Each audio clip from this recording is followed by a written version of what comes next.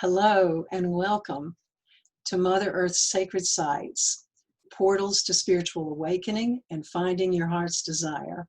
I'm Peggy Moore and I'm your host and producer for the summit. Our intention is to help people who are on a spiritual path find the connection between the energy of the earth, sacred sites, and the advancement of one's spiritual path. Through the summit, I want you to discover how this ancient wisdom can guide and assist you in remembering your heart's desire, your soul's mission. Then hopefully you can allow that energetic connection to help you discern how to live to your highest potential. And today, my guest is Amantha Murphy, and she's going to talk with us about our directions with the sacred sites. Welcome, Amantha. Thank you, Peggy. It's lovely to be here. I'm very, very happy to have you here. Let me introduce you to our audience.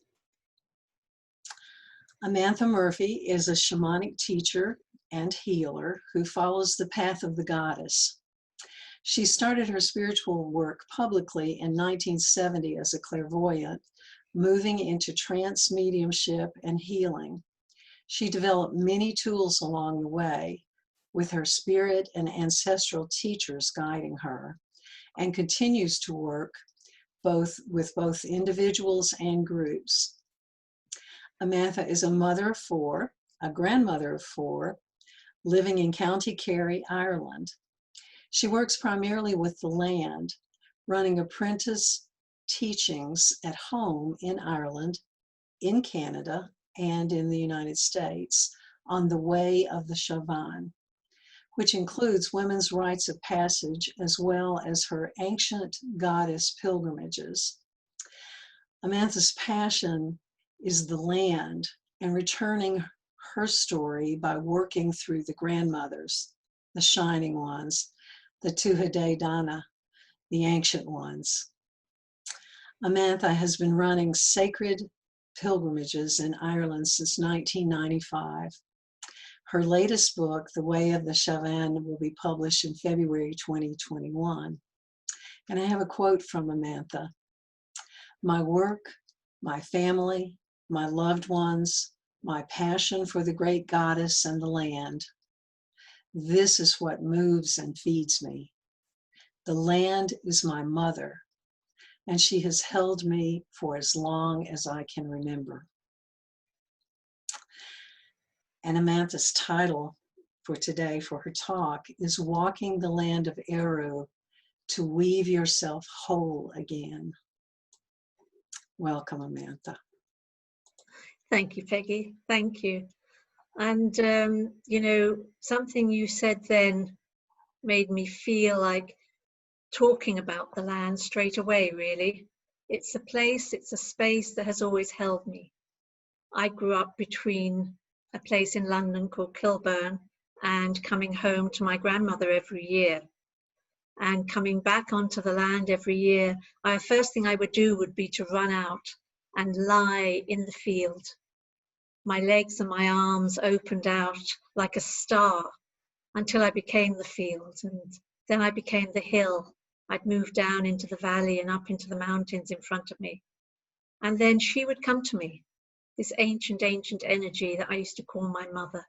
She would come and she would talk to me. She would croon with me. She would caress me. And I was home. I knew this was home. She was home. And I felt safe. I felt happy. I felt open. And that was with me every year. And then having to close down at the end of the summer and go back into London again was a very painful experience. And I would have to hold myself deeply within until I could come back again the following year, hopefully at Easter as well as the full summer.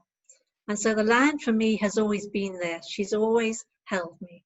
She's always whispered to me. She's always sung to me. And she has always brought me to where I needed to be within myself. And 1995 was a year when we had the very first alternative conference in Killarney. And I was very excited at the time. And I went to the conference And it was one where you sat and listened most of the time, and I found myself getting very restless. And a woman asked me, do you know of any sites locally? And I said, yes, I do. And she said, could you take us there? And suddenly I had all these women standing around me, and I didn't quite know what to do with it. So I excused myself for a moment and went to the bathroom. And I sat in there and I said to the land, what do you want me to do? Great Mother, what do you want me to do with this? And she replied, bring them in pilgrimage. And so I went out and I said to the women, yes, I will take you, but first we have to prepare ourselves. First we must attune, we must move within. And then I will take you to her special spaces, to her special places where you can connect again. And that began my journey. And I wasn't sure at the time how I'd feel about sharing these sacred spaces with other people. And I found that I loved it, absolutely loved it. I loved to see, and I still do, how women merge in with the land, how they're able to open themselves, how they're able to find deep healing within, how they're able to hear her voice again. And I am amazed year by year to see women moving into natural ritual in certain sites, the same rituals year after year that they don't know other women have done in that space. And I am just so moved by that and humbled by that. And many, many who come home bring home their ancestors, and they don't realize it.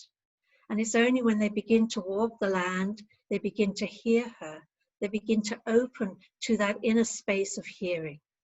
So rather than looking for something, they are recognizing that they're actually moving into another space. They're moving into that place betwixt and between.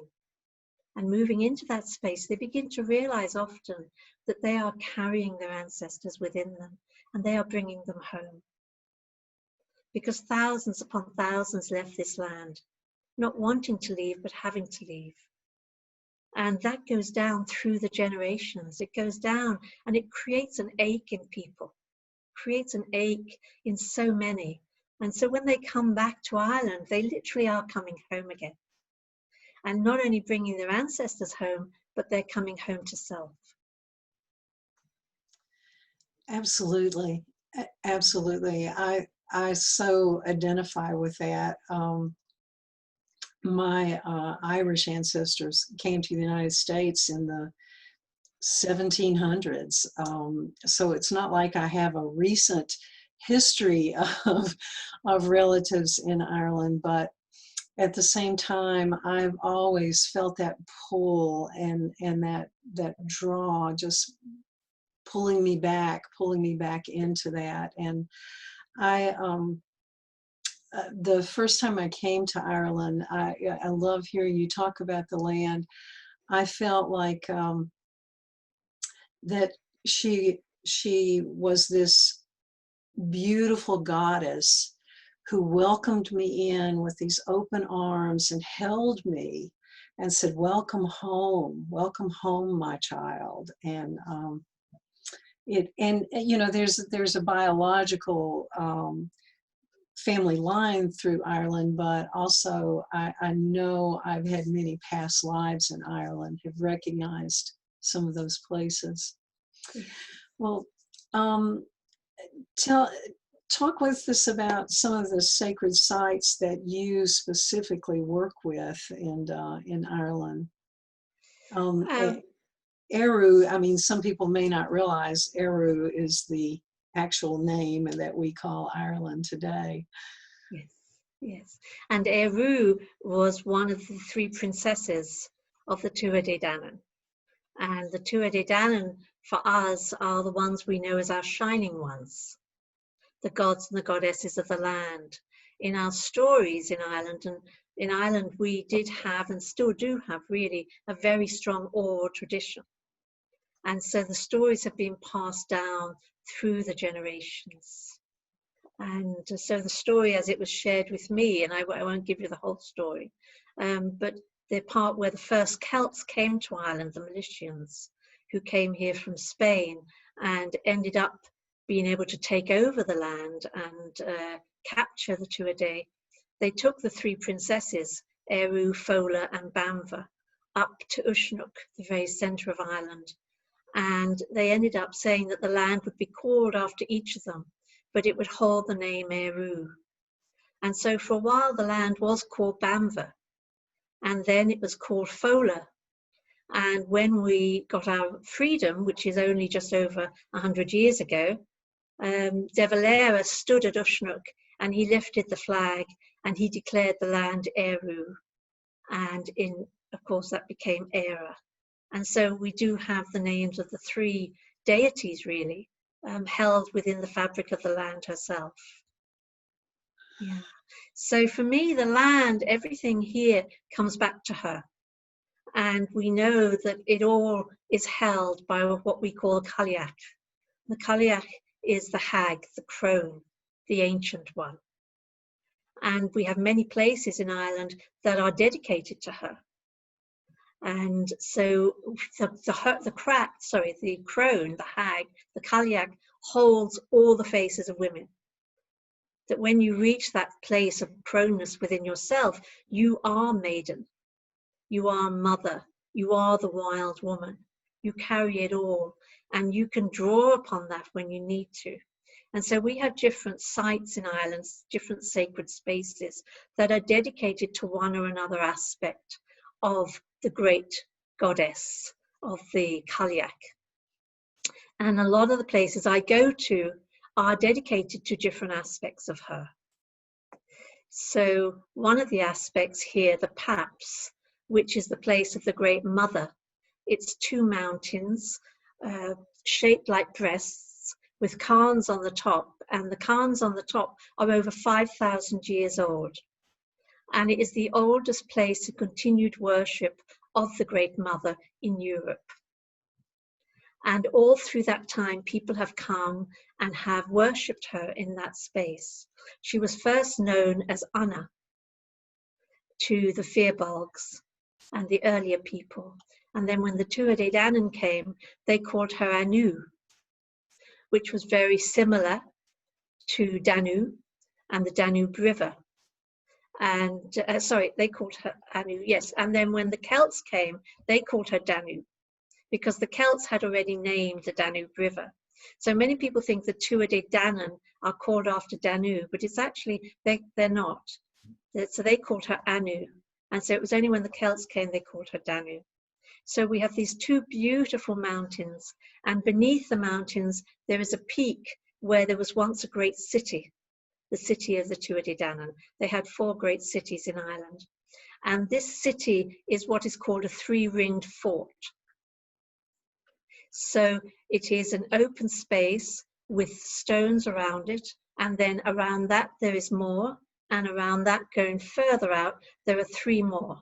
So there are 3 rings of stones there, and to the entrance of it there is a holy well. And so traditionally people would drink from the well and they would wash themselves before they stepped into the very centre. And according to our stories here in Kerry, the very centre was only held by women. And within the first and second ring of stones, there are artifacts that were found of ritual belonging to men and women. And then between the second and the third, they found lots and lots of different types of artifacts, showing that there was once thousands that lived around this hill. And so this is a place for us of Bealtaine. Bealtaine is the end of April, the beginning of May. It's one of the great turnings on our Celtic wheel. And people would celebrate Bealtaine throughout Ireland.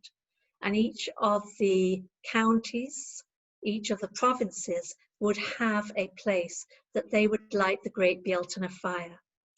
And so we still go there on Bealtaine Eve and we do our celebrations. And on the day of Bealtaine, the Catholics go there and they have a mass to Mary, the mother. And there is a statue there of Mary holding the baby Jesus. So she's still seen there as the mother. So for 5,000 years, this place has been held. And that is the first photo that I sent you of the Paps. And in the very center of the city, there is a stone which we call a story keeper. And so when we go there, we attune with the stone. We ask permission to see the stories, because for us, the stone people are the keepers of our stories. They hold the stories, and we connect with them. And then we move out into that space, and we allow ourselves to attune with the essence of the Great Mother. And for many of us, especially women, we mother quite naturally. We tend to give, we tend to hold space, and often we are not necessarily held at the times of our need. So in this space, we turn to her and we allow ourselves to be held. We allow ourselves to give to her all that we are carrying, whether it's in our grief and whether it's in our joy, that we may feel that we are heard and that we can feel that we are held. That's beautiful. Yeah. Would you like me to show the picture? Do, please. Please do. Let me, just a minute, let me do a screen share, and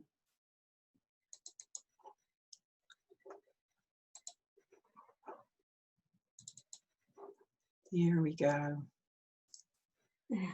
And you can actually see the cairn there on the top left one.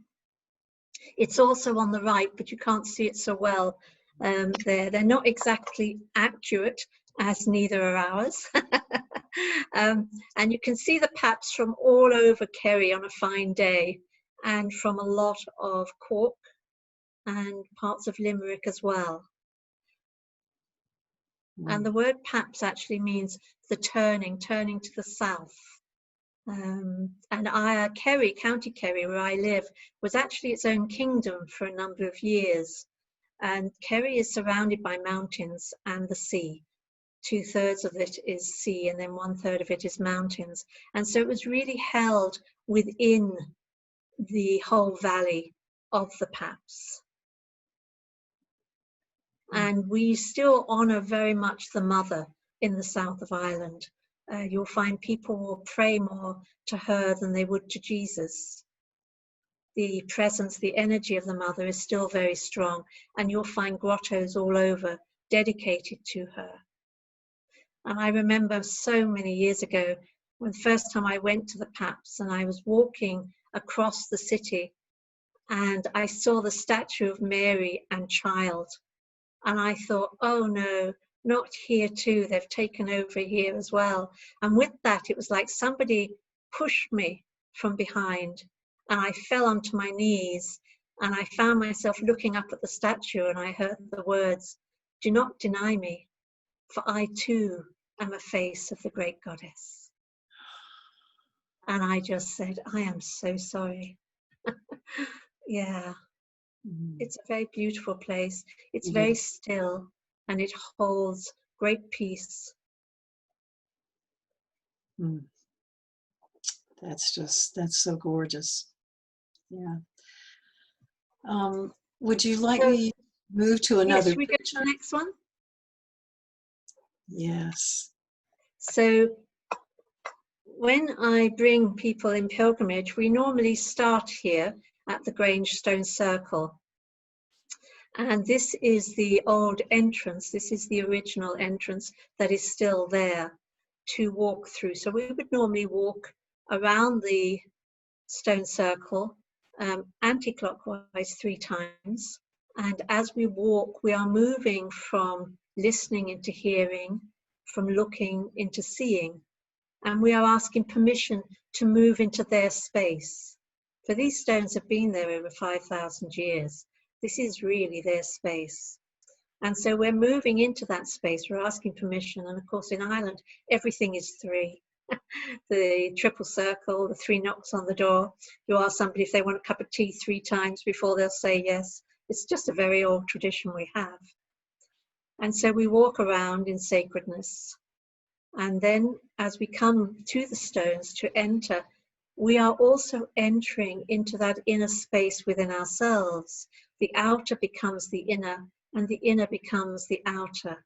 And we start to lose that sense of separation. We start to lose that which we've been holding tight to almost protect ourselves. We start to allow ourselves to move within. Taking that step in is gifting ourselves permission to move within. And so we will ask permission of the 2 dolmen stones there, putting a hand on each, and just attuning to the energies, to the vibrations. And once we attune to those vibrations and we feel, yes, do enter, we then walk in and walk around once clockwise, very slowly, connecting to each of the stones and just allowing ourselves to be open to the presence of the energy that is there. Each of the stones vibrates, and they can help us to begin to open to our own stories, to the stories we carry deep within our own DNA. For we each carry the stories of our people deep within us. And so they assist us in finding those stories. And the Grainstone Circle is dedicated to Anya. Anya would be our summer solstice goddess and fairy queen. So it's a place of the fairies. And on June 21st, well, actually from the 20th to the 23rd of June, if you have a clear morning and you are there, the sun rises and actually comes right in to the center of the circle. I've been there about 7 times, I suppose, and out of that, 4 of those times, it was a clear morning. And of course, we were singing and drumming and holding that space. So it's the largest stone circle in Ireland. There's about 123 stones there in the circle. And I would normally have an opening ceremony once people have attuned. We will then come into the center and begin to open ourselves to the presence of the land and call upon her to assist us in whatever it is we need to bring forth through ourselves as we journey deeper into the land. When we go on pilgrimage, each day we're moving deeper and deeper. We're moving in further and further and allowing the definitions that we've actually built up around ourselves to protect ourselves. We actually start to let them go as we find the land begins to hold us. The land begins to feed us and begins to awaken in us what's lying literally in our heart, the heart's longing, the essence of feeling filled by her. Recognizing often that without even knowing it, this is what that ache has been all of our lives. That we got lost, we forgot. We forgot to come back to her again. We forgot to bring her our stories, to bring her our pain, to bring her our joys. And so as we move deeper into the land, we begin to open to that. We begin to remember. We remember not just for us, but we remember our own people's ways and how the land held us and fed us and watered us and still does. Yeah. It's an amazing place, and just looking at the photograph takes me back. I've been there several times myself, and it's so it's just profound even to look at the pictures of sacred places, because we can gather that energy even from the photographs. Thank you. Yes. And there used to be a lot more trees, and the trees actually grew up through the stones. And about 10, 12 years ago, quite a few of the trees got very ill and had to be cut down, which is unfortunate. Mm. But there are still oaks and beech and rowan, and of course quite a few hawthorns. Mm. The hawthorn for us, of course, is the fairy tree. So people don't cut down hawthorn trees. Yes. Mm. Well, shall I move to the next photograph?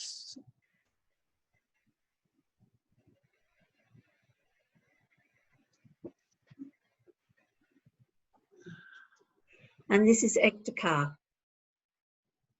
This is on the Ring of Kerry. And this is where Armagon landed when the Celts came to Ireland from Spain, the first Celts. They landed, it said, in Waterford, and they saw these little people that apparently could move as fast as air, and they didn't know who they were at all. And for the Tuatha, the Celts were very, very large and hairy and a bit smelly. And the Celts said to them, "We've come to take this land, and you are now going to be our servants." And the Tuatha, it said, spoke unto each other, and they said to the Celts, "Would you go back out over the ninth wave and let us prepare for your coming?" And the Celts said, "Well, we're here now, we'll stay." And they said, "No, but let us just prepare for you. Let us prepare a great feast." And so the Celts thought, well, why not? Look at them, they're the size of children. So they went back over the ninth wave, and there were 7 ships. Each was a son of the king of the Milesians. And when they went over the ninth wave, the Tuatha threw a magical guise, like a cloak, around the land of Ireland. And the Celts found that they couldn't break through that. And they were very angry, and they had 2 magicians with them. They had Armagon, who later became known as the White-kneed one, who was not just the son of the king, but also the king's advisor. And they had Scotia, an Egyptian princess who was married to another of the sons of the Milesians. And so it's said that they traveled around the bottom of Ireland, trying to break through this guise and using fire to try and break through. And the Tuatha were using fire to fight back. And it's said that for 3 days and for 3 nights, the world was alit with fire, so much so that people thought the world itself was on fire. And on the 3rd day, Armagon broke through at Waterville, and he came up to Ectocar. And it said that he stood in Ectocar, and he intoned a great invocation. And in this invocation, he called upon the land, he called upon the animals, and I have it here. Can I read it to you? Peggy? Yes. So he lays claim to the land by calling, "I am a stag of 7 tines. I am a flood across a plain. I am a wind on a deep lake. I am a tear the sun lets fall. I am a hawk above a cliff. I am a thorn beneath the nail. I am a wonder amongst flowers. I am a wizard, but who am I that sets the cool head aflame with smoke? For I am a spear that roars for blood. I am a salmon in a pool. I am a law from paradise. I am a hill where poets walk. I am a boar, ruthless and red. I am a breaker, threatening doom. I am the tide that drags to death. I am an infant, but who am I? Peeps from the Hundun dolmen. For I am the womb of every halt. I am the blaze on every hill. I am the queen of every hive.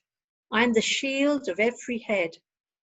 I am the tomb of every hope. And it's said that as he called out his invocation, the Tuatha Danann began to lose their battle. And the other Celts were able to land on the island of Ireland. And coming behind Armagon came his wife, Shkena. And it said that the land wasn't ready to receive a new female energy. And that as she walked upon the land, coming up to Ectocar, she fell down dead. And from where she fell, a spring arose, and the spring became a river. And the river flowed down into Kinmare. And the river is called the Seine River. And in Irish, it's the River Shkena, called after Shkena, the wife of Armagon. And so when we come to this space, when we come to this sacred place, we are looking to heal the land. We are asking permission of the land to bring peace, to bring forgiveness. We are calling upon Shkena to flow that river of tears and pain into one of joy and abundance. It's a very, very old site. It's a very powerful site. And it also holds the energy of much that has gone on in that land, upon that land and in that area. Near there, we have a cave where Clucta lived with her father Mogroth. And the energy of Mogroth is held also in this sacred circle. Mogroth was known as the first magician, and a great magician. And it was he, and it said, Clucta, his daughter, who created the Celtic wheel, called the Wheel of the Sun, where one could step in and journey to other places, to other spaces. So we know through that they were early shamans that could journey betwixt and between. Beautiful. And this is a beautiful well. It is Gobnut's well in Ballyvorney, which is just across the border between Kerry and Cork. And Gobnut is seen as another face of Bridget. Her feast day is the 11th of February, and she would be a bee goddess too. It's said that she kept bees and that she could heal people with the bees. The well itself is much older than the time of Gobnut. Gobnut goes back to around the 7th century AD, and the well goes back much further than that. But because she built her convent by that area, it became known as Gobnut's Well. And many, many people have had cures from the well by drinking of the water. And it is covered by a tree, as you can see, a lime or a linden tree, whatever some people call it, one or the other. And so the tree, again, is a guardian. In many of our sacred places, we will have a tree or a stone as the guardian. And when we come to the well, we realize also that we are drinking from our own well. How often do we remember to drink from our own well? How often do we remember to step within ourselves, to move within ourselves for the answers that we are looking for, sometimes so desperately outside of ourselves? And so we come to the well in pilgrimage. We come in honor, and we bring gifts. We carry things with us along the way. It might be flowers that we've seen that have fallen. It might be leaves. It might be crystals or stones. Many, many people come and leave gifts here. And you'll often see pieces of cloth or photographs that people have brought and asked for healing for. Of course, in the old days, the women used to tear off a little bit of their petticoat, and the men a little bit of their shirt to hang on these sacred places. Wells have always been a sacred thing to the Irish. Holy wells and springs are feminine. Water, of course, water and earth are feminine, and air and fire masculine. And so coming to the well, we are coming to that space, that place within ourselves. And drinking that water, we are replenishing ourselves and reminding ourselves how we can replenish. And we normally use the water also to bless each other. And sometimes we might even do rituals in that place as well.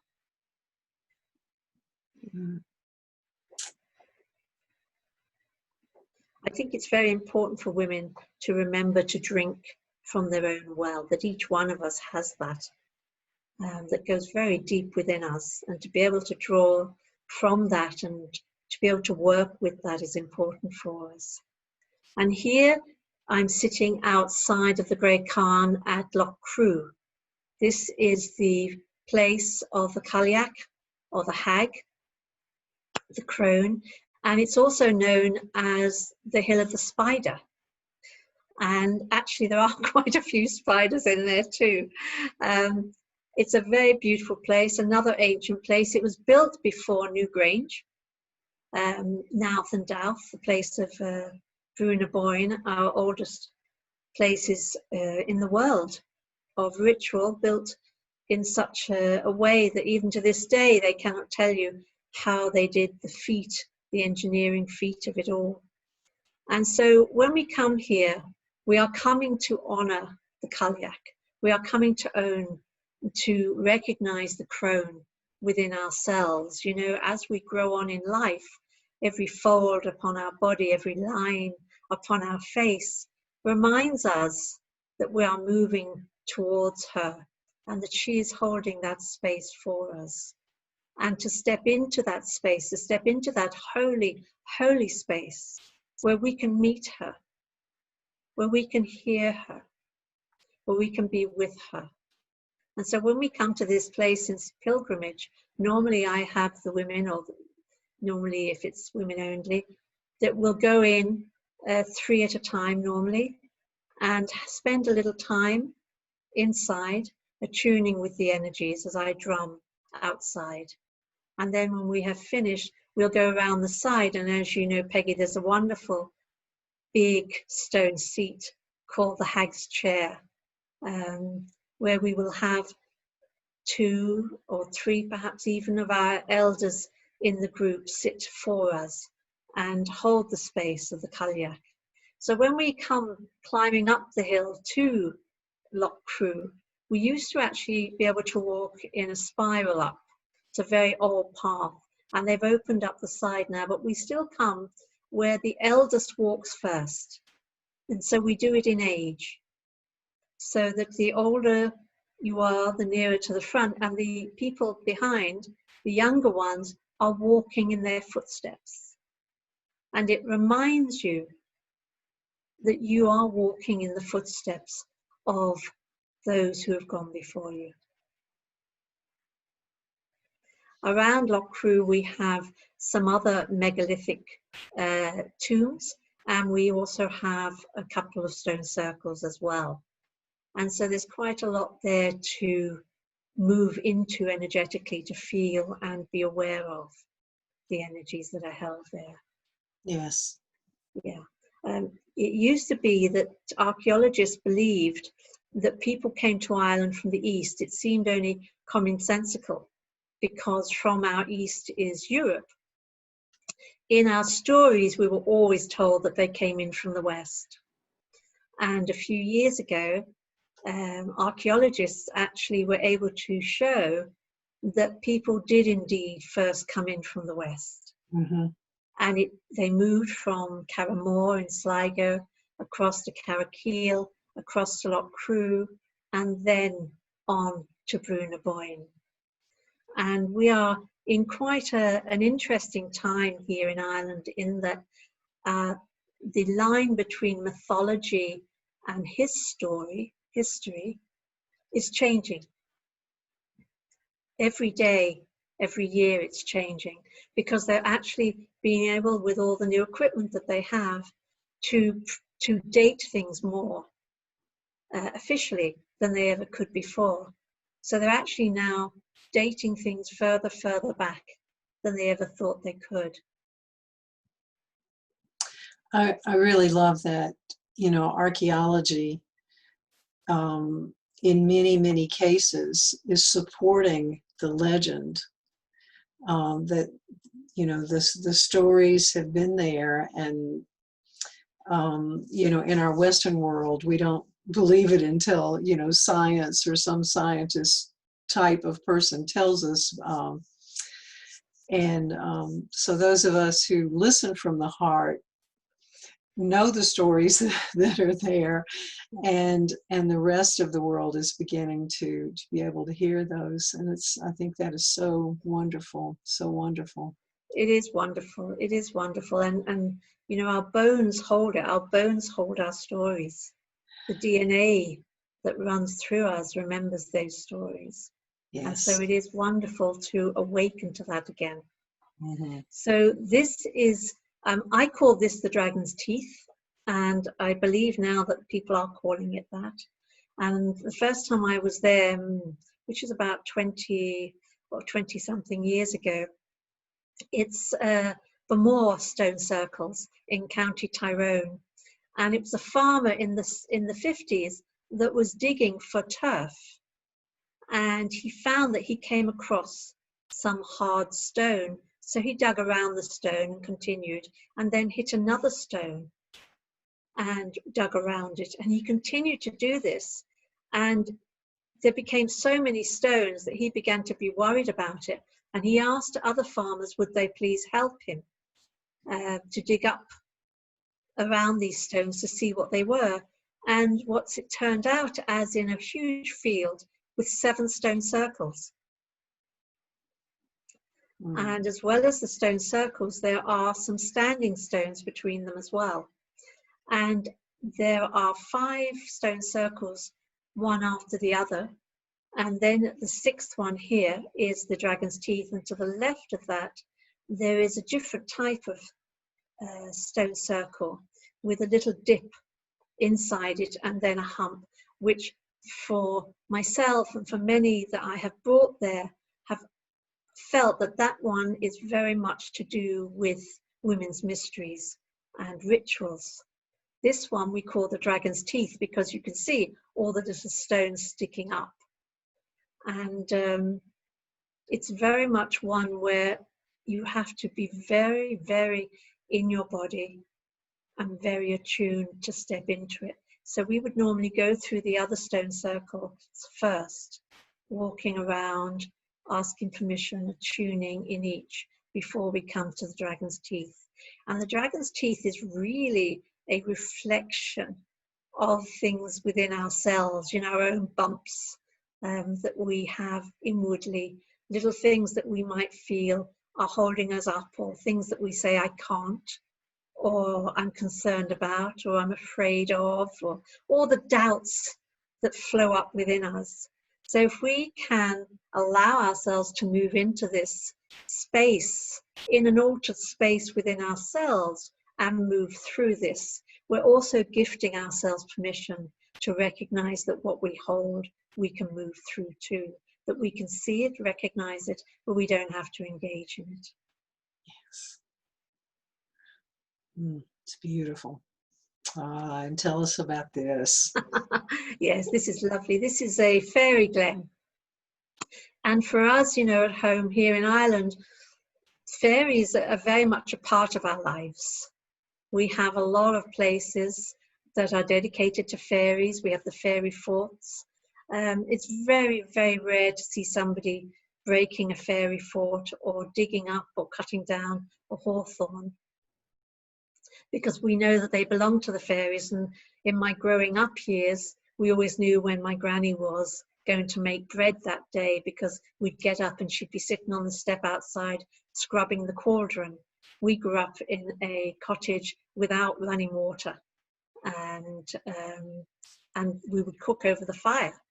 So she would make the bread in the cauldron itself.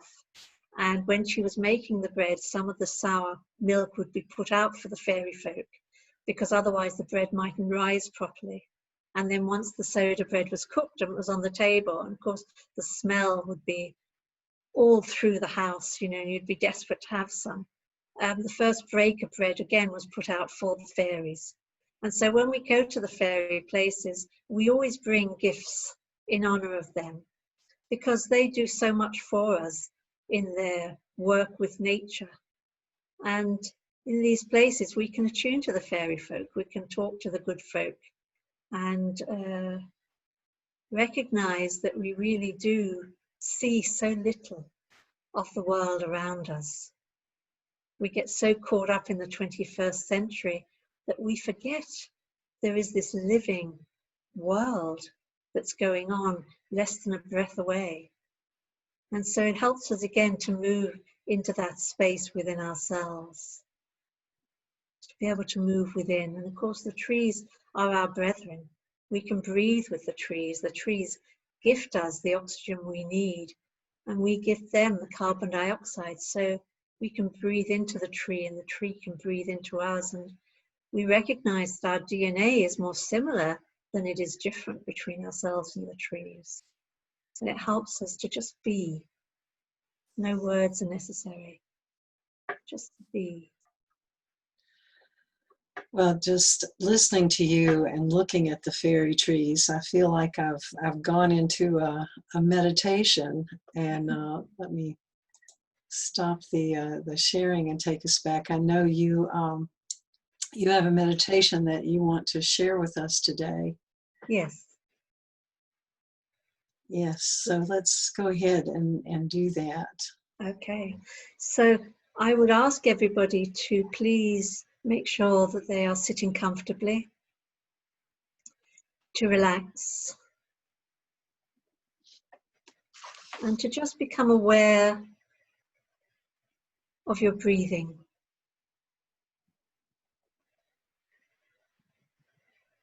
Become aware of breathing in and down, up and out.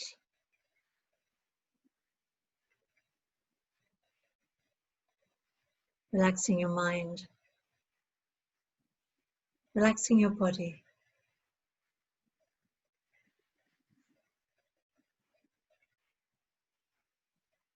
Breathing into any areas of tension, tightness.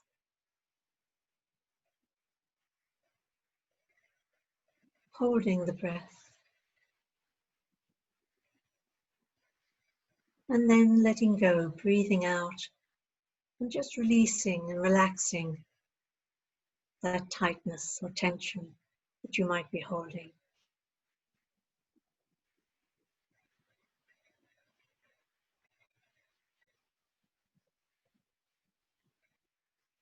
Moving into a space of ease within yourselves.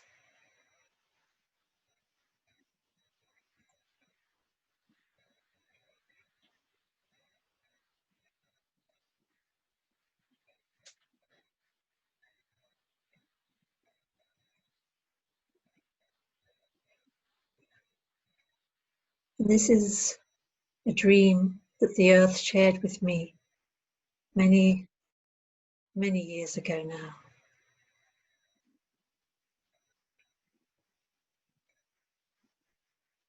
The earth dreams. The earth dreams of you, and the earth dreams of me. The earth dreams.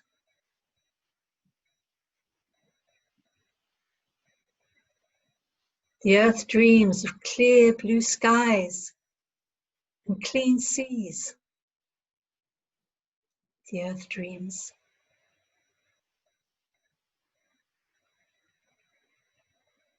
The earth dreams of valleys and dales and snow-capped mountains. The earth dreams.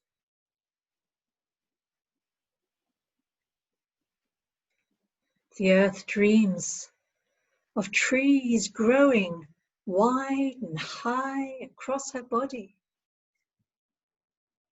The earth dreams.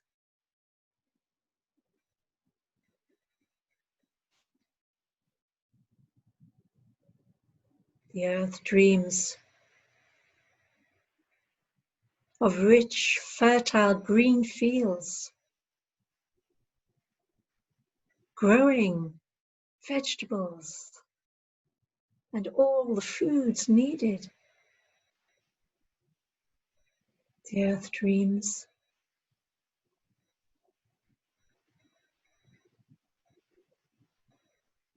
The earth dreams of the trees heavenly laden with fruit, flowers. The earth dreams.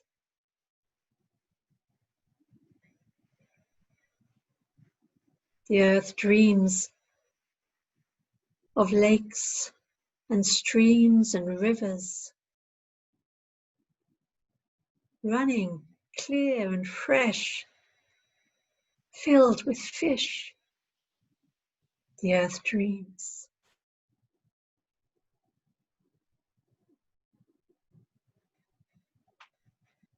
The earth dreams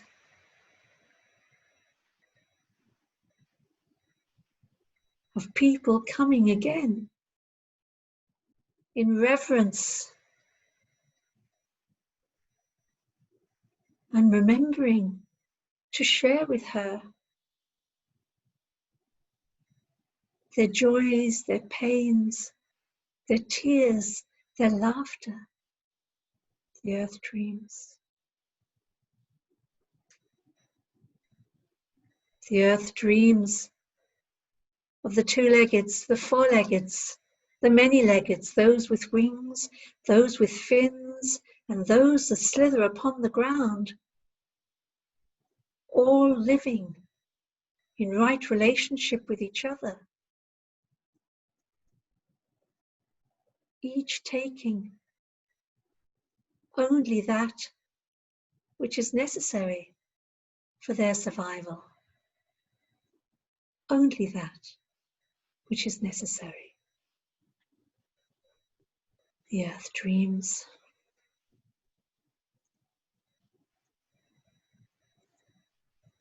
The earth dreams of children running free and safe and happy all across her body. The earth dreams.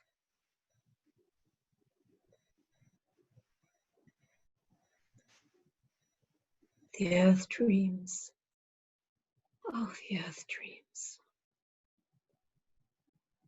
The earth dreams of the elders being loved and cared for within their communities, their stories heard again and again and again. The earth dreams.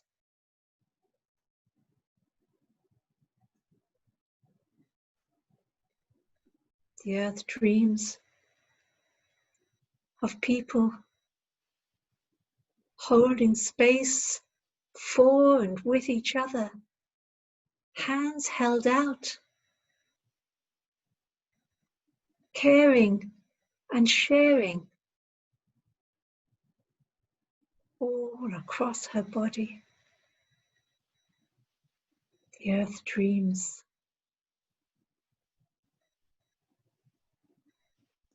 The earth dreams of peace and harmony, of openness,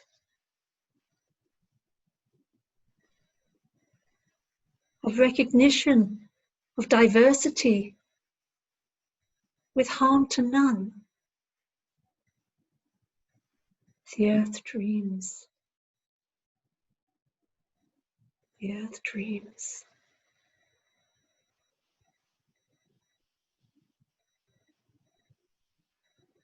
The earth dreams of kindness and peace.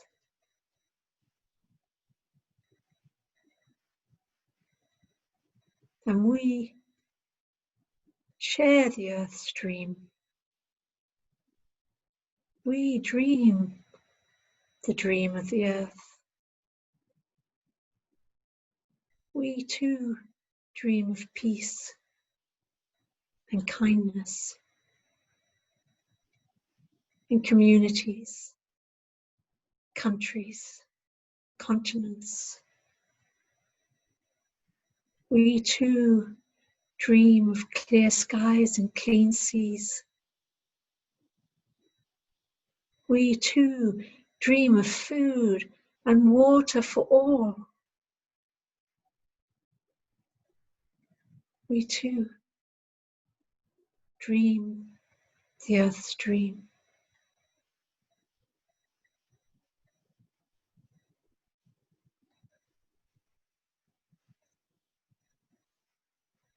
And we know now, we are told now, there is nothing we cannot do that we cannot conceive of. That every time we dream and focus, we can bring it into creation.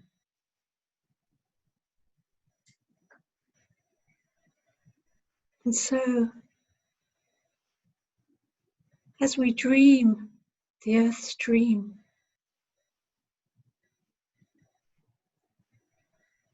we are dreaming her awake, just as she is dreaming us awake.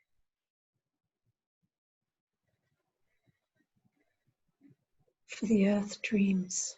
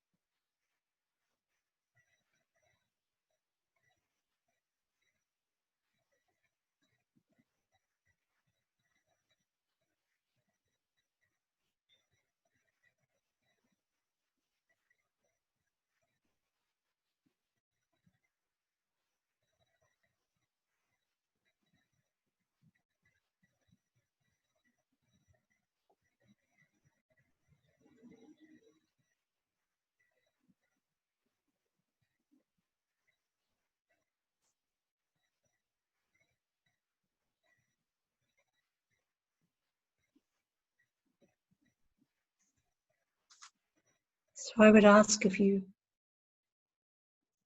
to dream the Earth's dream as we go through these changing times.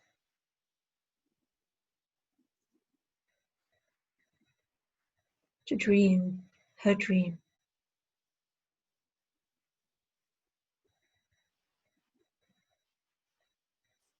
To assist in bringing it into reality. Being part of the new Earth.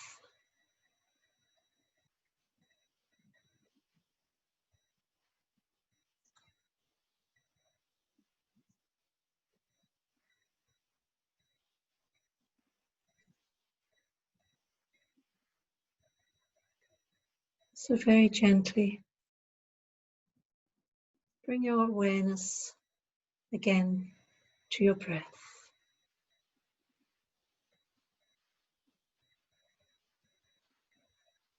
Breathing in and down, up and out.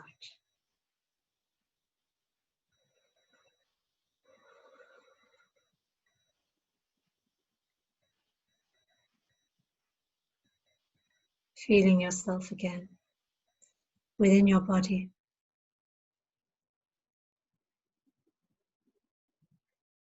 Being aware of your head and your neck, your back, your legs and your arms, fingers and your toes.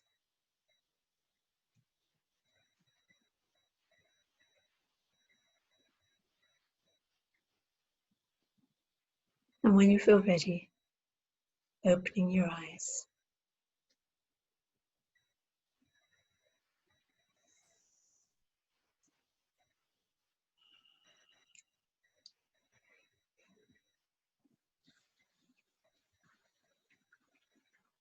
Thank you. That was beautiful. Thank you.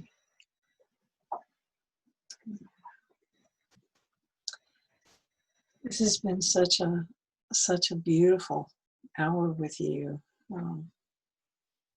I so appreciate how you share with us from the heart. It is a blessing for us. Thank you. Thank you, Peggy. It's been a great pleasure to share. Yes. I know you have a gift for our listeners. Would you like to talk about that? Yes, I have a book. It's called Drinking from the Source. And if people would like to sign up for my new mailing list as well, you'll find that I give the first 3 books away as a gift.